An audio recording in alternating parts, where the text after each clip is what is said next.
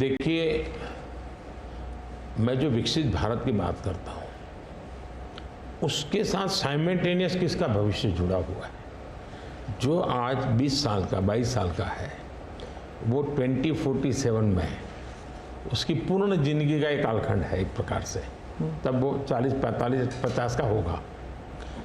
मतलब ये भारत के विकसित भारत बनने की प्रक्रिया और उसकी जिंदगी की प्रक्रिया दोनों साथ है।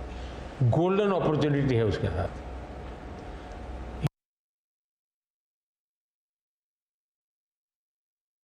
उनका सबसे बड़ा बेनिफिशियरी बनने वाला है।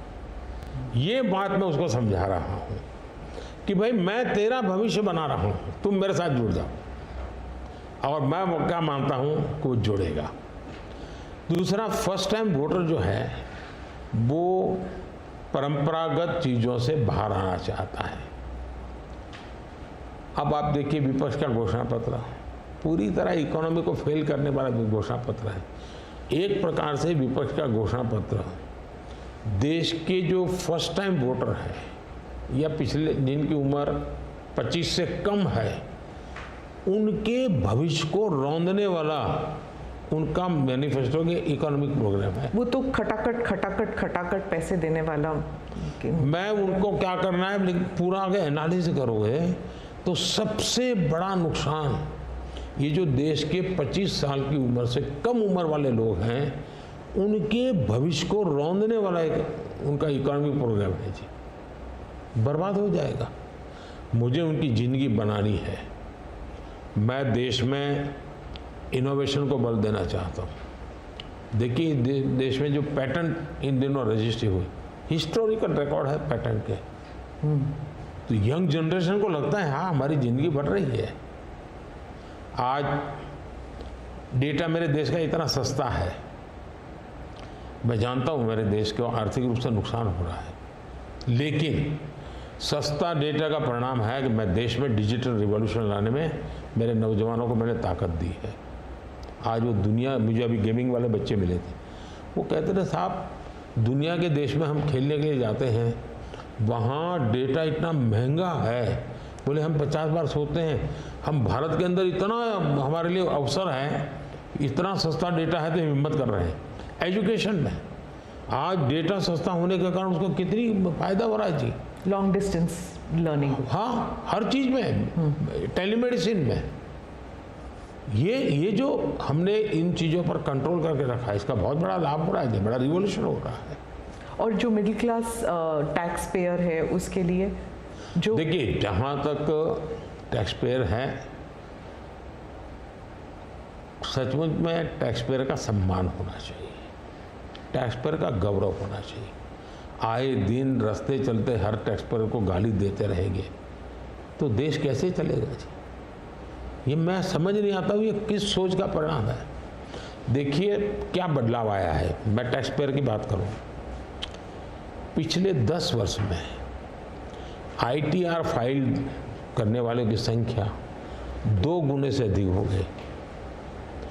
पहले 4 करोड़ से भी कम लोग ITR फाइल करते थे, आज 8 करोड़ से ज़्यादा लोग ITR फाइल कर रहे हैं।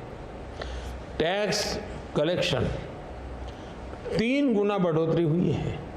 मतलब पहले जो नेट टैक्स कलेक्शन होता था वो 11 लाख करोड़ रुपये होता था, आज net tax collection 34 lakh crore रुपये हो रहा है। ये क्यों हो रहा है? उसको भरोसा है कि वो जो पैसा दे रहा है ना वो सही जगह पे उपयोग हो रहा है, विकास के काम, चोरी लूटफाट में नहीं आया, इसलिए वो विश्वास के कारण देने के लिए आगे आया है। दूसरा, 7 लाख रुपये तक की इनकम पर टैक्स हमने माफ कर दिया है, जो पहले 2-2.5 लाख पे अटका हुआ था। 7 लाख रुपये कमाई तक कोई टैक्स नहीं देना है, फिर भी मेरे यहाँ टैक्स बढ़ रहा है यानी। और इसलिए मैं मानता हूँ, मैं तो हर टैक्स पेयर का हृदय से आभार व्यक्त करता हूँ, क्योंकि जो मुझे सपने पूरे करने हैं उसमें टैक्स पेयर जो धन देता है उसी से होने वाला है। और मैं मानता हूँ देश की प्रगति के लिए करदाताओं की संख्या बढ़नी चाहिए और करदाताओं पर बोझ कम होना चाहिए। इस मूलभूत फिलॉसफी की तरफ मैं आगे बढ़ना चाहता हूँ। जैसे, और मैं तो करदाताओं से एक प्रार्थना भी करूँगा कि देश के खातिर विकसित भारत के लिए करदाता क्या कर सकता है। मैं उनको कहूँगा कि आप कम से कम 3 लोगों को जो टैक्स नहीं देते हैं उनको प्रेरित करो कि वो टैक्स देना शुरू करें। हर टैक्स पेयर सिर्फ 3 लोगों को प्रेरित करें।